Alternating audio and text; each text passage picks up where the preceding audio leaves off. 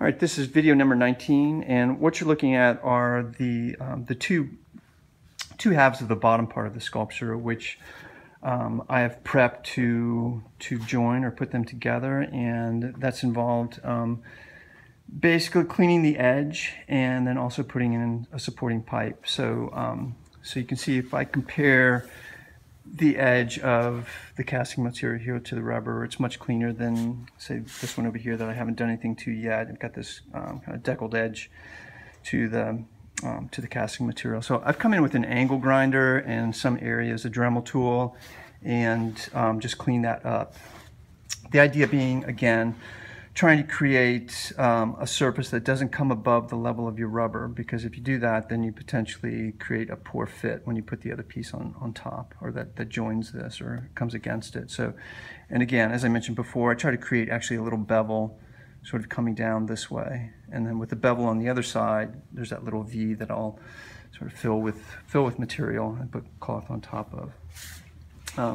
So really important to have good registration. You've done all this work, so you want to just take your time at this point and make sure that you get these two halves fitting together nicely. And the first step is just making sure that your mold material or your casting material doesn't impede.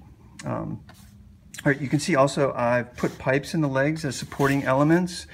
I don't think it's really absolutely necessary, but with a piece this big, I don't think it hurts to put it in. And probably the best thing to do would be to create an interior armature that was connected all the way through the piece, but I'm not going to do that with this one. I'm gonna overlap the pipe as I go from section to section, and I think that should be fine. So the pipe I'm using is electrical conduit, so it's a hollow aluminum pipe. And it's pretty lightweight, but fairly strong. You can see I've bent it to conform to the interior that it's sitting on, and then secured it with the aqua resin and the cloth. So what I'll do now is I will put these two pieces together and bolt them in place. And usually sometimes that happens really seamlessly. Other times you have to work a little bit on your mother mold or your casting material and do what you've got to do to make them fit together properly, so you get a minimum gap in your seam line. Just really want to make sure at this point that when you put these together, you're very confident about them fitting neatly and tightly and without too much separation along the seam line. And then once I do that, I'll come in from the top and I'll go down as far as I can and secure the two pieces together by filling the seam line and using cloth to overlap the seam line. And I'll talk a little bit more about that when I come back.